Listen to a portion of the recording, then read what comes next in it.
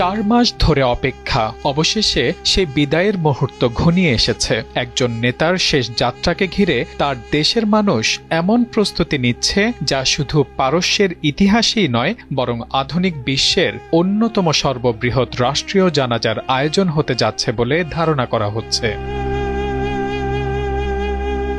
ইরানের সর্বোচ্চ নেতা আয়াতুল্লাহ আলী খামেনির শেষ বিদায়কে ঘিরে শুধু জন্মভূমি নয়, 6 দিন ব্যাপী এই শোকানুষ্ঠান ছড়িয়ে পড়বে ইরান ছাড়িয়ে ইরাকের 5 শহরে। তার শেষ বিদায়ের এই অনুষ্ঠানে শুধু তেহরানেই সমবেত হতে পারেন প্রায় 2 কোটি মানুষ, আর জন্মভূমি মাশহাদে দাফনে অংশ নিতে পারেন আরও 1 কোটি শোকাহত ইরানি। শুধু কি জনসমাগম? প্রিয় নেতাকে বিদায় জানাতে ব্যস্ত পৃথিবীর 17তম বৃহৎ এই রাষ্ট্রের পুরো প্রশাসন যন্ত্র। রাজধানী তেহরানের বহু মহাসড়ককে বানানো হচ্ছে অস্থায়ী গাড়ি পার্কিং জোন। মসজিদ, স্কুল, বিশ্ববিদ্যালয় ও ক্রীড়া কমপ্লেক্সগুলোকে বানানো হচ্ছে লাখো মানুষের অস্থায়ী আবাসস্থল। তেহরানের 22টি প্রশাসনিক এলাকাকে প্রস্তুত করা হচ্ছে দেশের 31টি প্রদেশ থেকে আসা মানুষের থাকার ব্যবস্থার জন্য।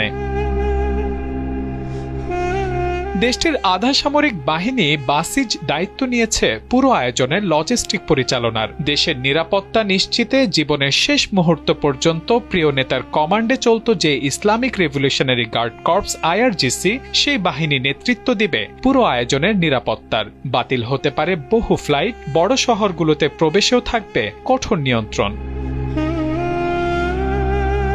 ইতিমধ্যেই তেহরানে জরুরি চিকিৎসা শিবির স্থাপন শুরু করেছে ইরানের রেড ক্রিসেন্ট। জানাজায় অংশ নিতে এসে অসুস্থ হয়ে পড়লে তাৎক্ষণিক স্বাস্থ্যসেবা নিশ্চিত করতে প্রস্তুত রাখা হচ্ছে শত শত মেডিকেল টিম।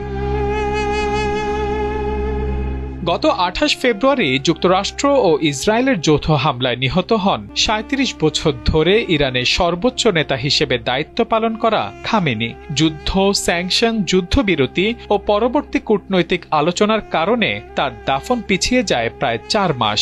এখন তুলনামূলক শান্ত পরিস্থিতিতে রাষ্ট্রীয় মর্যাদায় তাকে বিদায় জানাতে প্রস্তুত তেহরান।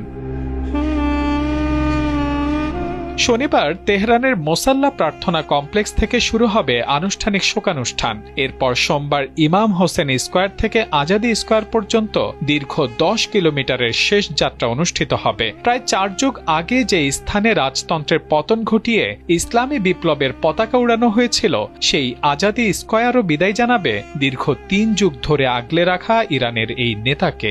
এরপর মরদেহ নেওয়া হবে শিয়াদের অন্যতম গুরুত্বপূর্ণ শহর কোমে। সেখান থেকে ইরাকের নাজাফ ও কারবালা। অবশেষে 9 জুলাই ফিরিয়ে আনা হবে জন্মভূমি মাশহাদে। রাসূল সাল্লাল্লাহু আলাইহি সাল্লামের বংশধর শিয়াদের 8ম ইমাম রেজার কবরের পাশে চিরনিদ্রায় শায়িত করা হবে তাকে। এই আয়োজনে অংশ নিতে যাচ্ছেন বিশ্ব নেতারাও। পাকিস্তান ইতোমধ্যে প্রতিনিধি দল পাঠানোর ঘোষণা দিয়েছে। ভারত, রাশিয়া, চীন ও উপসাগরীয় দেশগুলোর প্রতিনিধিদের অংশগ্রহণ নিয়েও চলছে কূটনৈতিক আলোচনা। বাংলাদেশের প্রতিনিধিত্ব করবেন স্পিকার হাফিজুর রহমান। এছাড়াও রাজনৈতিক দলগুলোর নেতৃবৃন্দ উপস্থিত হবেন মূল অনুষ্ঠানে। শোকানুষ্ঠান অনুষ্ঠিত হচ্ছে এমন এক সংবেদনশীল সময়ে যখন একদিকে যুক্তরাষ্ট্র ও ইরানের মধ্যে চলছে পারমাণবিক কর্মসূচি, হরমুজ প্রণালীর নিরাপত্তা এবং নিষেধাজ্ঞা নিয়ে আলোচনা, অন্যদিকে বিশ্বজুড়ে নজর খামেনির বিদায় অনুষ্ঠানের প্রতিটি মুহূর্তে। 1989 সালে ইরানের ইসলামী প্রজাতন্ত্রের প্রতিষ্ঠাতা রুহুল্লাহ খোমেনির জানাজা, 2020 সালে কাসেম সোলাইমানির শেষ যাত্রা কিংবা 2024 সালে প্রেসিডেন্ট ইব্রাহিম রাইসির দাফনে লাখো মানুষের ঢল নেমেছিল। কিন্তু এবার সেই সব রেকর্ড ছাড়িয়ে যাওয়ার সাক্ষী হতে যাচ্ছে তেহরান।